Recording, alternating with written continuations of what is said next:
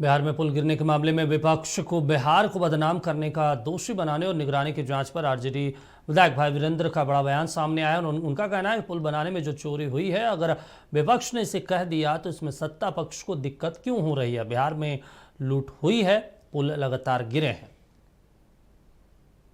सबसे बड़ी चीज है कि दूध का रखवाली बिल्ली से नहीं किया जाता है और निगरानी विभाग उन्हीं के जिम्मे है और ये सरकार का ये महकमा है और जो सरकार कहेगी वही वो करेगा।